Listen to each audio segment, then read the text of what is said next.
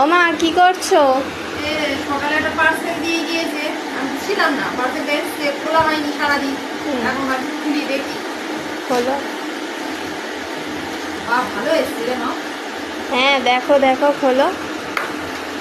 দূর থেকে দেখে ভালো লাগবে। এই দেখো না। বাহ,